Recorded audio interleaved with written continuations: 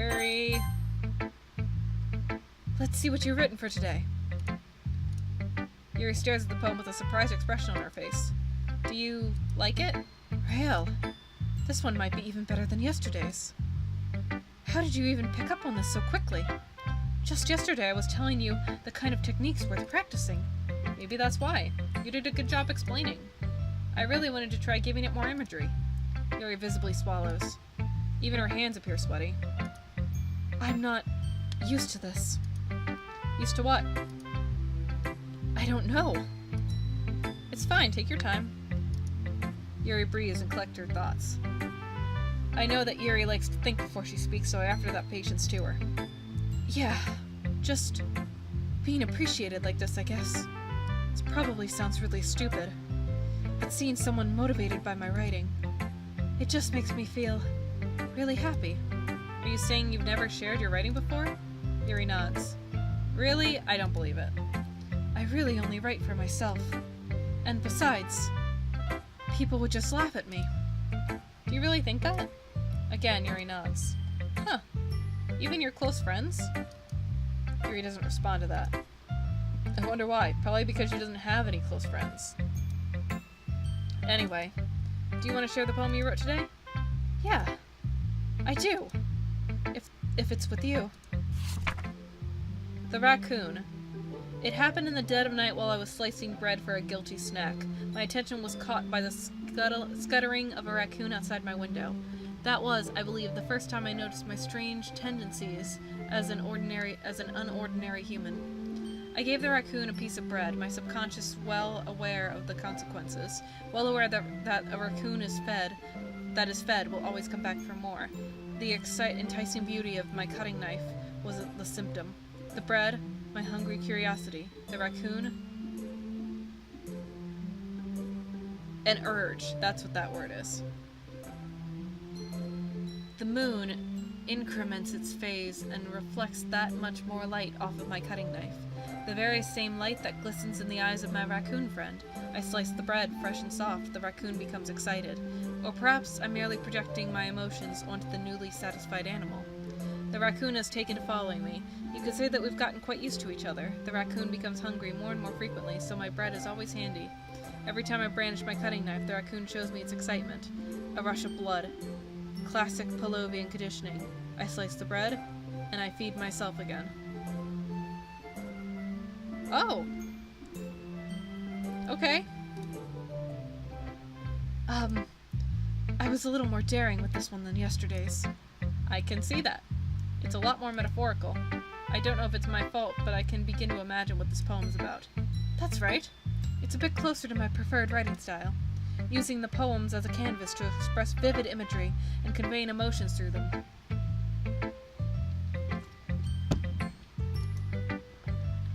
Yeah, if I take it at face value, then I can't even figure out what it's supposed to mean. Well, I think it's something that different people can relate to in their own way. I wanted to express the way it feels for me to indulge in my more unusual hobbies.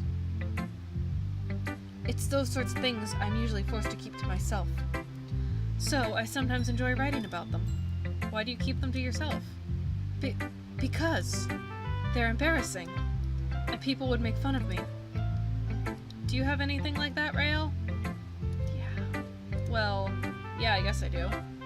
I feel like everyone has a little something like that. The best we can do is respect each other and our individualities. Even if it's difficult sometimes, and some things make us uncomfortable. After all, if I hadn't learned to embrace my own weirdness, I would probably hate myself. I might be ranting a little bit now, but I'm glad that you're a good listener. You're good at a lot of things. Writing, listening. There really aren't many people like you, Rael. That's exaggerating a little bit. It's just how I feel. I never thought I would feel so comfortable sharing my writing, but now I almost feel like I look forward to it. It's just a really nice feeling, and you're to thank for that. It's nothing, really. Yuri smiles sincerely at me. For just a moment, her timidness seems to disappear. Let's do Sayori next. Ooh! I like this one, Rael. It has some nice feelings in it. I'm glad. Does that mean it's better than yesterday's? Let me think. I don't know. I guess I like them both. That's not very helpful, you know. Well, I'm not very good at figuring out if poems are good or bad. But that's why I just go by my heart. If it makes me feel things, then it must be a good poem. I'm not sure that's exactly how it works. Then again, I guess conveying feelings is a pretty important part of this whole thing. Yeah, maybe. Honestly, I don't even know what kind of writing you like in the first place. Yeah, me neither. Why don't you at least try giving it some thought? Aw, do you want to write something for me? That's so sweet. Yeah, right. But you're always thinking about other people. You need to think about yourself once in a while. If you don't, you might end up getting hurt at some point. Well, I don't really know what you mean, but I'll try to keep it in mind. Well, whatever. Anyway, let's see. I guess I like happy poems. Wait, sometimes I like sad poems too. Sometimes a little bit of both. There's a word for that, right? What's the word I'm looking for? Bittersweet! Yeah! I like things that are happy and things that are sad. Happy and sad. I can't see you liking something sad, Sayori. Well, I like happy the most. But sometimes when you have a little rain cloud in your head, a sad poem can help give the rain cloud a little hug. And make a nice happy rainbow. Sayori, that's unexpectedly poetic. It is? Maybe I'm getting better at expressing my feelings after all. Thanks, Rael. I should go write that down then. You can read my poem now, okay? Bottles. I pop off my scalp like the lid of a cookie jar. It's a secret place where I keep all my dreams, little balls of sunshine, all rubbing together like a bundle of kittens. I reach inside with my thumb and forefinger and pluck one out. It's warm and tingly. But there's no time to waste. I put it in a bottle to keep it safe. And I put the bottle on the shelf with all the other bottles. Happy thoughts, happy thoughts, happy thoughts and bottles all in a row. My collection makes me lots of friends. Each bottle is starlight to make amends. Sometimes my friend feels a certain way. Down comes a bottle to save the day. Night after night, more dreams. Friend after friend, more bottles. Deeper and deeper my fingers go, like exploring a dark cave, discovering the secrets hiding in the nooks and crannies. Digging and digging, scraping and scraping. I blow dust off of my bottle caps. It doesn't feel like time's elapsed. My empty shelf could use some more. My friends look through my locked front door. Finally, all done, I open up, and in come my friends. In they come in such a hurry. Do they want my bottles that much? I frantically pull them from the shelf, one after another, holding them out to each and every friend, each and every bottle. But every time I let one go, it shatters against the tile between my feet. Happy thoughts, happy thoughts, happy thoughts in shards all over the floor. They were supposed to be for my friends who aren't smiling. They're all shouting, pleading, something. But all I hear is echo, echo, echo, echo, echo inside my head. I want breakfast. Holy crap. Sayori, did you really write this? Of course I did. Didn't I tell you yesterday I was going to write the best poem ever? Yeah, but, I didn't expect something like this coming from you. Monica taught me a whole lot. And I've been really in touch with my feelings recently. I see that. It's almost kind of creepy. Creepy? Well, not exactly. Maybe because I'm so used to you being cheerful. Well, never mind. I'm thinking too hard about it. The point is, it came out good, so you should be proud of it.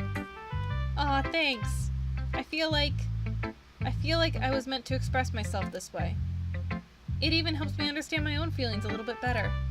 Writing is like magic. You've gotten pretty passionate about this, huh? I hope you keep it up. Yeah, writing's the best.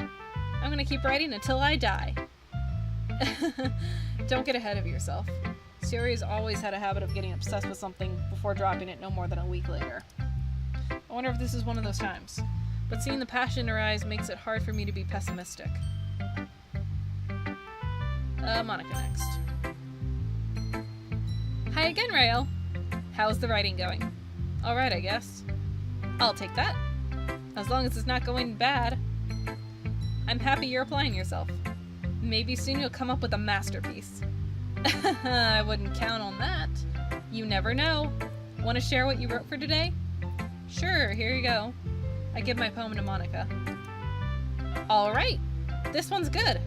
It feels like you're not only getting more comfortable with your style, but the imagery is better than the last one I read. Just wondering, but have you been finding inspiration in Yuri's writing style? I guess so. You can't deny that she's talented. Yeah, totally. I think her poems are the most romantic. That's the best way to describe it. She's like a totally different person when she picks up a pen. I notice that too. Or when she's talking about literature, it's like a light turns on inside her. Sadly, it's hard to get much personal conversation out of her. Trust me, I've tried. Who knows what goes on in that head of hers? I hope you don't mean that in a bad way. No, of course not. I just meant that I wish she didn't keep so much to herself. But still, defending her like that. You must be pretty into her. You completely misunderstood. Calm down, I'm kidding. Besides, I'm pretty sure she's already got a boyfriend. Wait, really? Yeah, a fictional one anyway. Monika kind of whispers that last part to me. It's just a hunch, but... well, there's not really anything wrong with that. Oh, well, I know. I was just saying. But anyway, you want to read my poem now? I like the way this one turned out, so I hope you do too. Alright, let's take a look. Save me. The colors, they won't stop. Bright, beautiful colors, flashing, expanding, piercing. Red, green, blue, an endless cacophony of meaningless noise. The noise, it won't stop. Violent, grating waveforms, squeaking, screeching, piercing, sine, cosine, tangent. Like playing a chalkboard on a turntable. Like playing a vinyl on a pizza crust. An endless poem of meaningless. Load me.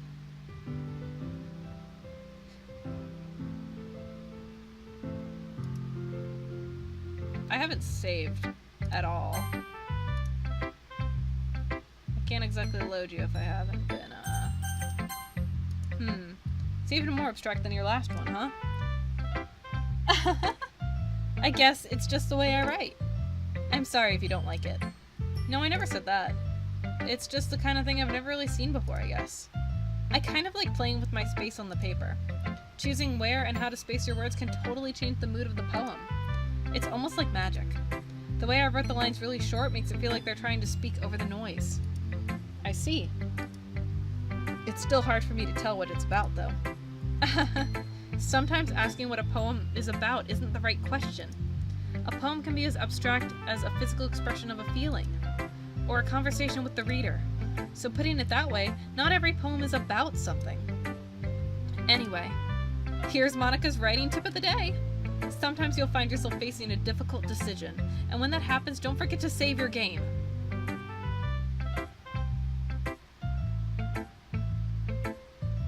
That's a little meta. You never know when you might change your mind, or when something unexpected may happen. Wait, is this tip even about writing? What am I even talking about? That's my advice for today. Thanks for listening. Alright, that was very meta.